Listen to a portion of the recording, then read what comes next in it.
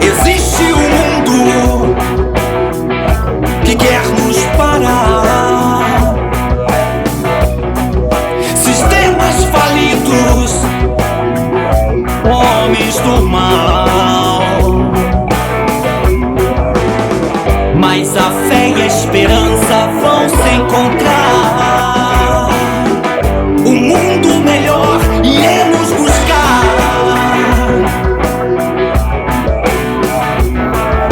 Batalhas são provas, testes reais. A espada do sonho irá se firmar. Vai, daqui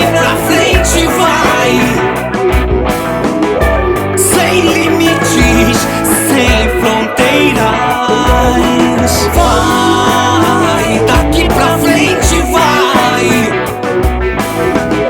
O horizonte, a luz maior. Vai, daqui pra frente vai. Sem limites, sem fronteiras. Vai, daqui pra frente vai.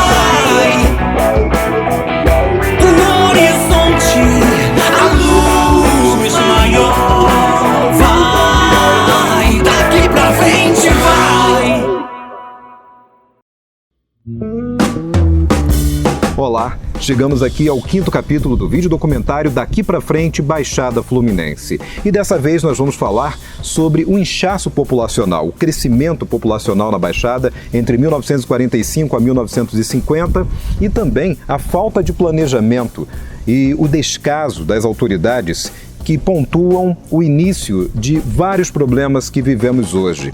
Para falar, temos o Gênesis Torres, professor, historiador Gênesis Torres, também o professor e economista da UFRJ, Mauro Osório, e o professor, também economista da UERJ, Bruno Sobral. Vamos conferir com eles. Daqui para frente, Baixada Fluminense.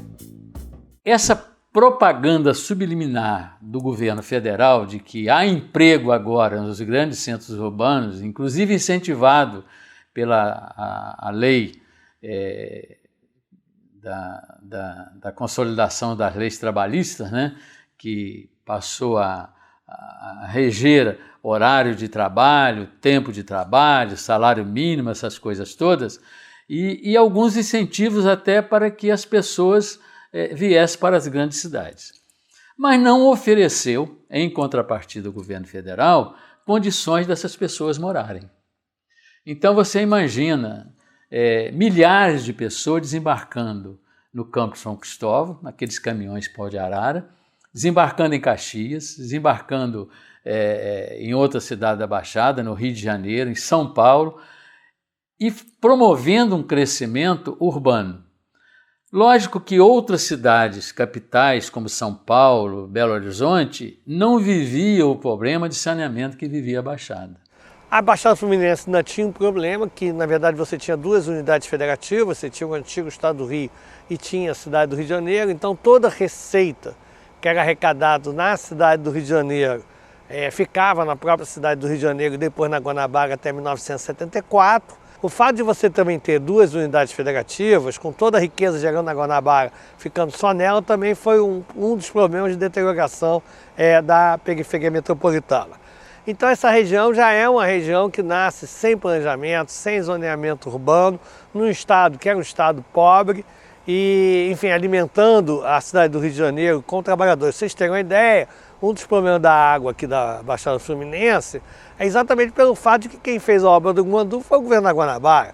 Olha, o governador da Guanabara não estava preocupado em atender a necessidade de água da Baixada Fluminense, apenas da cidade do Rio de Janeiro. A Baixada Fluminense ela vem como uma área que é um desdobramento da própria cidade do Rio de Janeiro e da economia da cidade do Rio de Janeiro. Mas veja bem, aqui geralmente, né, se tornou uma cidade de dormitórios, ou seja, cidades onde O potencial econômico não foi propriamente planejado, desenvolvido, mas, ou seja, tem essas relações diretas com a cidade do Rio de Janeiro, mas de uma forma não planejada.